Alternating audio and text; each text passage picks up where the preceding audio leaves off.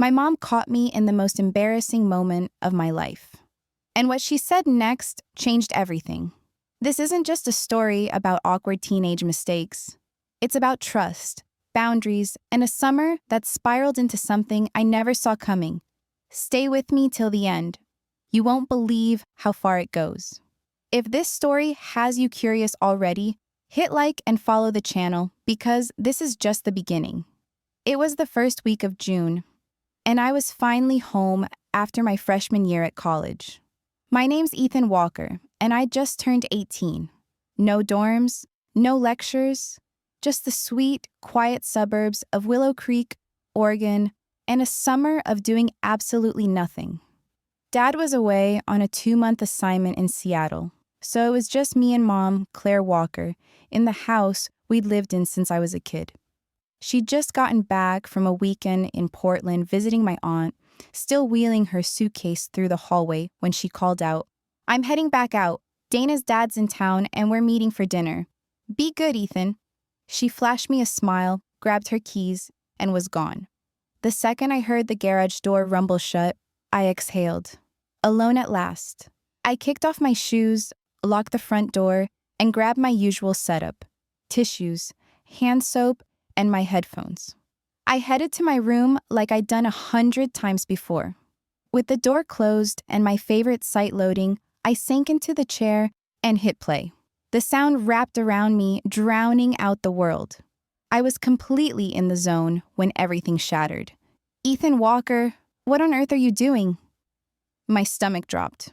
I yanked off my headphones, and there she was. Mom, in the doorway. I froze, like a deer in headlights. "Mom, I thought you were..." But she'd already turned away, her face pale and her voice cracking. "Just stop, please." I sat there, stunned, the embarrassment crashing over me in waves. She wasn't supposed to be home. How did I not hear the garage?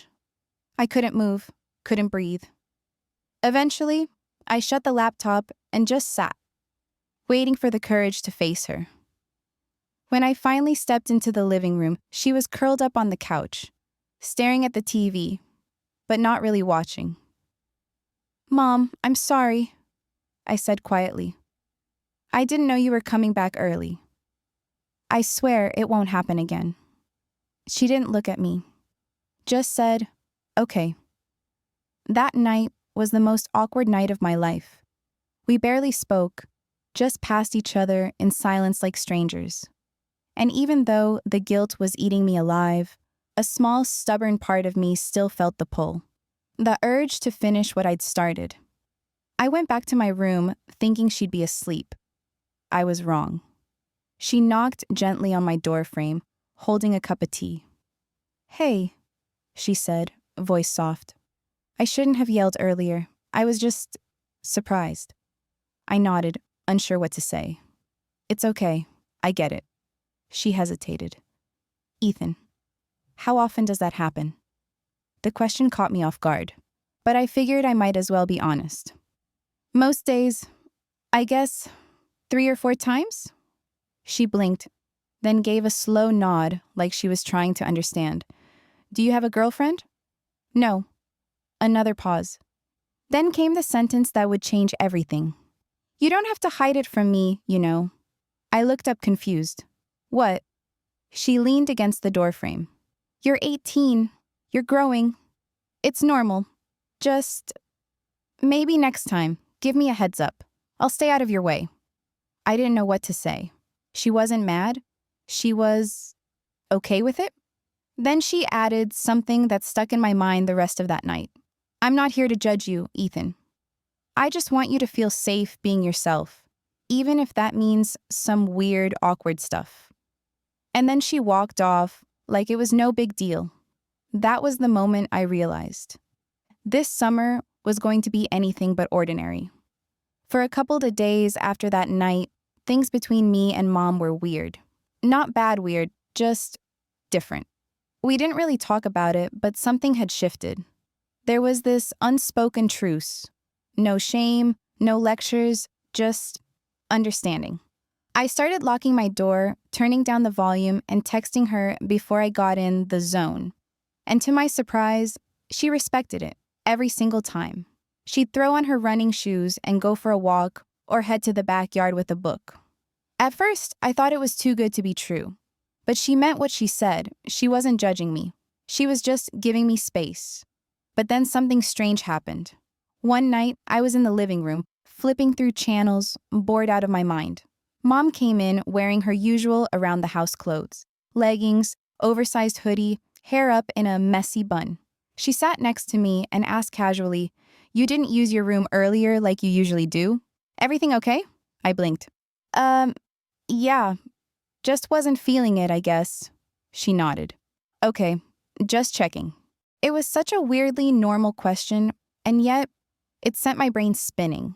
Since when did we have this level of comfort? Since when did my mom ask me about stuff like that, like she was checking if I'd eaten dinner? The next day, she brought it up again, this time with iced tea in hand. "Ethan," she said, leaning against the kitchen counter, "you know, if it's ever awkward or too much, just say so. I don't want you thinking I'm pushing boundaries." That caught me off guard. Was she pushing them? Or was I just adjusting to this strange openness? "I'm good," I told her. "Honestly, I just didn't expect you to be so cool with everything." She smiled softly. "You're not a little kid anymore. I'm trying to meet you where you are. If I'd had someone who talked to me this way when I was your age, maybe I wouldn't have made so many mistakes." I didn't know what those mistakes were, and I didn't ask. But something about the way she said it, like it carried weight, made me feel closer to her than I ever had before. Later that week, I was back in my room. Usual setup, video playing, headphones in. I'd already sent the heads-up text, and I figured she was out back like always. I was halfway through the clip when I heard a knock. "Ethan?" Her voice called gently. "Can I come in?" I panicked, fumbling for pause. Yeah, just a sec." She walked in before I could shut the tab. To my horror, the video was still on screen, frozen mid-frame. But Mom didn't flinch. "Relax," she said, sitting on the edge of my bed. "I'm not here to embarrass you. I just wanted to ask something." I nodded, heart pounding. "Would it make you feel better," she continued slowly, "if I wasn't just avoiding it? If I sat with you? Not in a weird way. Just to help you not feel so alone in it." I couldn't answer. I didn't even know how. No one prepares you for that question from your mom. "I know it sounds crazy," she said, voice calm, "but sometimes it helps to not feel judged, and even just sitting nearby." I stared at her. "You're serious?" She gave a small shrug. "Only if you're okay with it." And somehow, some strange part of me was. So I said the words I never thought I'd say, "Okay, you can stay." She gave me a gentle smile, pulled the desk chair over beside mine, and sat down. Then she said quietly, "Go ahead, Ethan. Do what you need to. I'm not going anywhere." What started as understanding turned into something I never expected. That moment, her sitting beside me, changed everything. But it was only the beginning. What happened next? I still don't know how to explain. If you thought that was intense, you haven't seen anything yet. Don't forget to like and follow so you don't miss part 3. It only gets more complicated from here. I never thought watching a video in my room with my mom sitting a few feet away would actually calm me down. But somehow, that's what happened. We didn't speak. She didn't make it weird. She just sat there, quietly sipping her tea, like this was the most natural thing in the world. I went through the motions, more out of habit than anything, but I couldn't ignore the strange comfort her presence gave me. When it was over, I didn't even look at her. I just wiped my face, shut my laptop, and sat in silence. She finally stood up, gently rested her hand on my shoulder and said, "You're not broken, Ethan. You're just figuring things out." And then she left the room, like it was just another Tuesday night. The next day, everything felt fragile. We didn't talk about what had happened. We acted normal. She made eggs and toast. I did yard work. But the air between us was different, charged, like we were both tiptoeing around a line that we couldn't see anymore. And then, a few nights later, that line blurred again. I was on the couch, half watching a movie, when she walked in with a bowl of popcorn and sat down beside me, close, closer than usual. She smiled, her tone light. "Long day?" I nodded. "Yeah, just kinda tired." She looked at me for a moment, then said, "You know, you don't have to carry everything in your head. I can handle more than you think." I didn't know what she meant, not at first. But then she picked up the remote, paused the movie, and turned to face me. "Was I wrong to sit with you the other night?" I hesitated. I mean, it was weird, yeah, but also not. It made me feel safe. I don't know how else to explain it. Her face softened. "That's all I wanted. For you to feel safe." Then, after a pause, she said something I didn't expect. "Would you feel safer if I stayed again?" I looked at her, confused.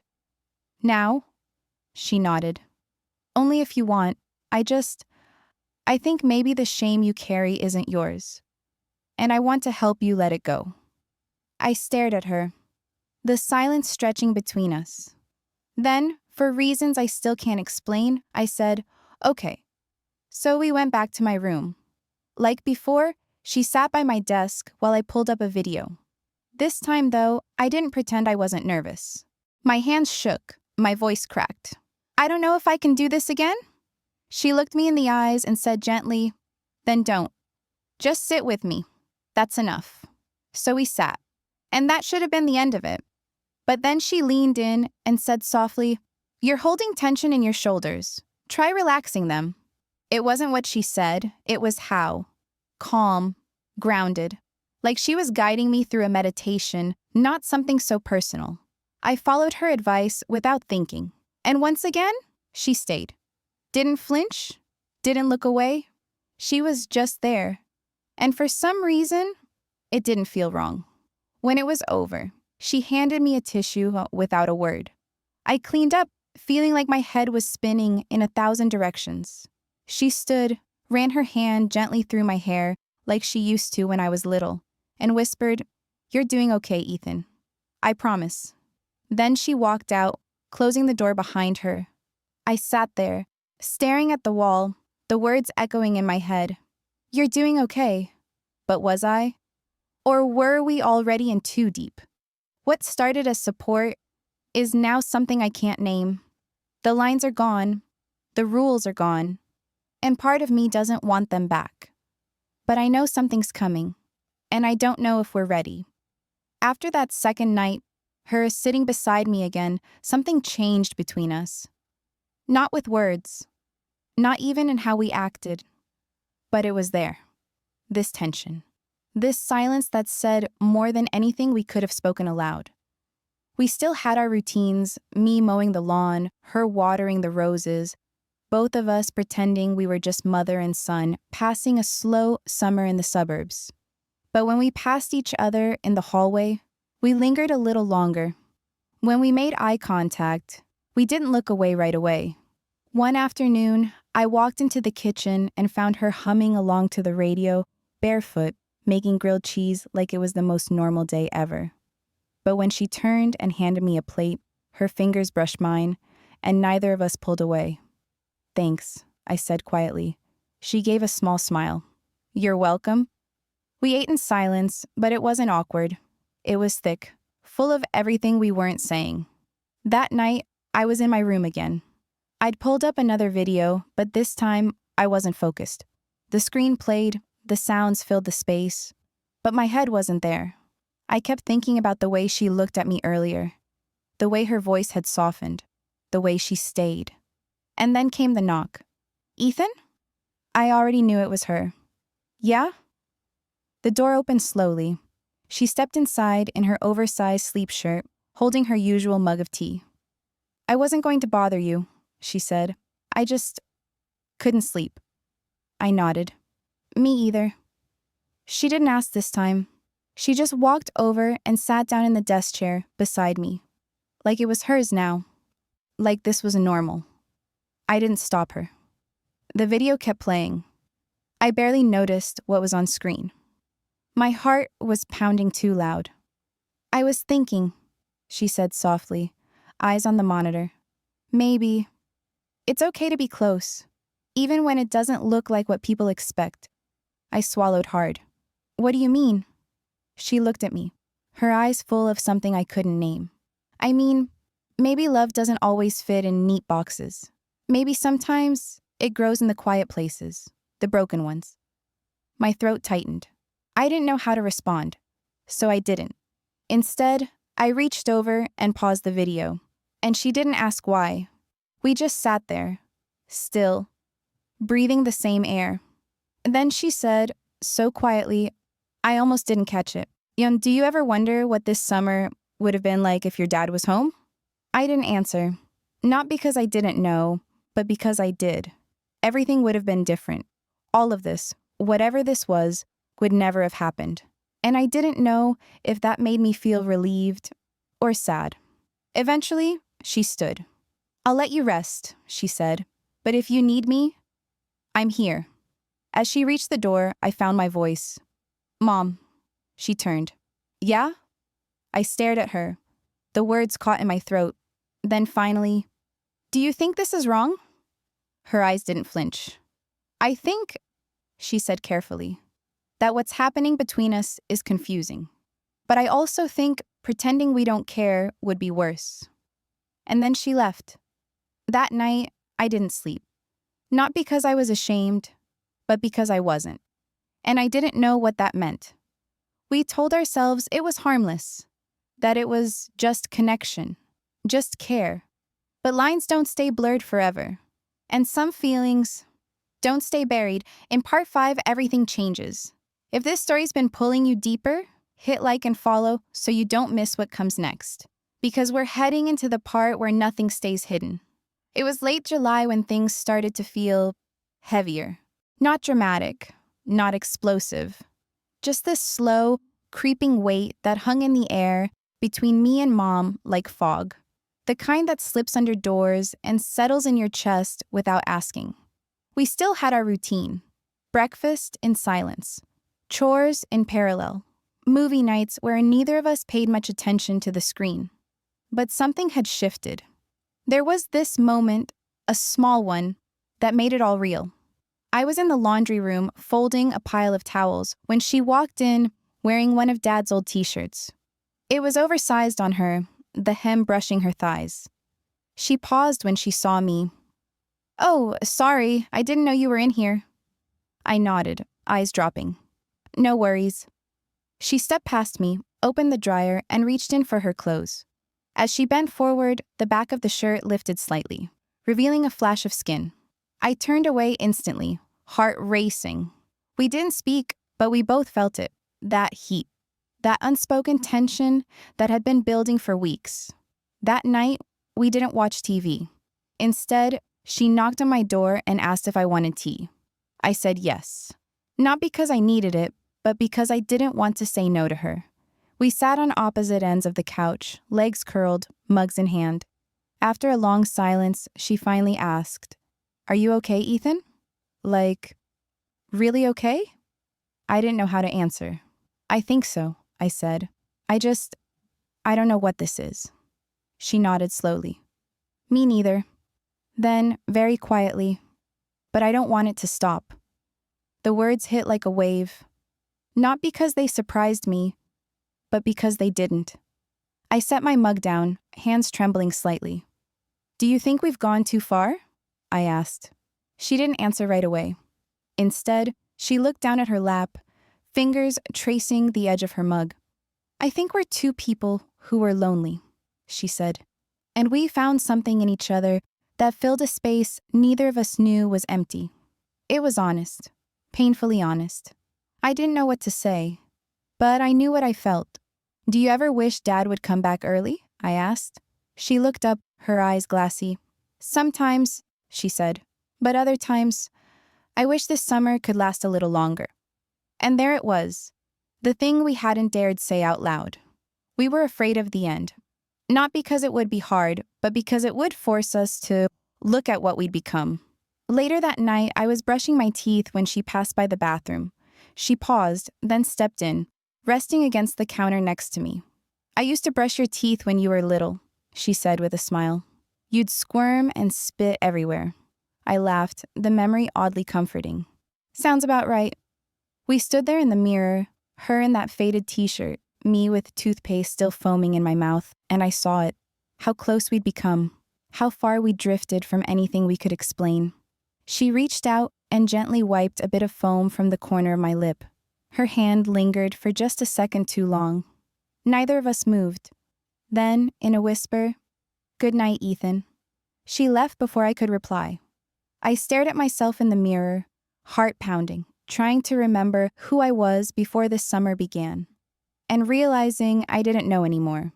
The summer was almost over. Dad was coming home, and we both knew, whatever this was, whatever line we'd crossed, it couldn't last. But saying goodbye to it wouldn't be easy. If you followed this story this far, you know we're heading towards something inevitable. Like and follow to hear the final part, because endings don't always come clean. The day Dad came home, the house felt smaller. His car pulled into the driveway, like it always had, but this time, the sound made my chest tighten. Like the real world was coming back, and whatever alternate reality Mom and I had lived in for 2 months was folding in on itself. I stood in the kitchen as he walked through the door, duffel bag slung over one shoulder, still wearing that Seahawks cap he always traveled with. "Ethan, look at you. Man, you've grown," he said, pulling me into a half hug. "You keeping your mom out of trouble?" I laughed too quickly, trying my best. Mom came down the hall a second later, smile warm, voice steady. "Welcome home." And just like that, we were a family again. Sort of. Dinner that night was filled with Dad's stories about Seattle, about weird hotel breakfasts and late-night meetings. I nodded and smiled in all the right places, but inside, I was somewhere else entirely. Mom didn't say much. She passed the salad, topped off drinks, played the part. But I saw the flickers, the way her eyes met mine across the table, just for a second longer than necessary. The way her hand trembled slightly as she set down her fork. After dinner, I went up to my room. The house felt different now. Like it had been reset. Like the silence between me and Mom had returned. But this time, it wasn't charged with tension. It was thick with finality. An hour later, she knocked on my door. Just once. When I opened it, she was already looking down, her voice barely above a whisper. "Can we talk?" I nodded and stepped aside. She didn't sit.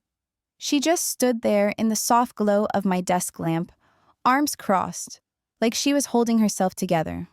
"I know this summer was confusing," she said slowly, "and I don't regret trying to be close to you. But some of it, we went too far." I looked at her, my chest tight. "I know." She finally met my eyes. "You're a good man, Ethan, and I love you more than I know how to say, but that love can't look like this." The words cut deeper than I expected, but they also brought relief. "I'm glad you said it," I told her, because I didn't know how. We stood there for a moment, two people tangled in something neither of us fully understood, and now trying to let it go. She reached up and touched my cheek just once. "You'll find your own way," she whispered, "and I'll always be proud of you, no matter what." That night, I didn't watch any videos. I didn't put on headphones. I just lay in bed, staring at the ceiling, listening to the sounds of a house, returning to normal. The next morning, we acted like any other family. Breakfast, dishes, small talk. And as I packed for college a few weeks later, Mom helped fold my clothes like she always had, neat, precise, quiet. When I hugged her goodbye on the porch, she held me a second longer than usual. "I'll miss you," she said. "I'll miss you too." Dad loaded the last of my stuff into the trunk, and we hit the road. As the house faded in the rearview mirror, I realized I wasn't just leaving home. I was leaving behind a version of myself I didn't quite recognize anymore. College was loud and messy and full of people who didn't know what kind of summer I'd had. And that was okay. I let myself move forward. But some nights, when campus was quiet and I found myself alone with my thoughts, I'd think about her, about that summer, about how love, when left unspoken too long, can twist into something neither person meant it to be. And I'd remind myself, it wasn't about shame. It was about learning where love ends and boundaries begin. That was the summer I grew up. Not in the way I expected, but in the way I needed. Some stories don't end with fireworks. They end with quiet goodbyes and lessons that linger. If this one stayed with you, if it made you feel something, don't forget to like and follow. Because stories like this aren't always easy to tell.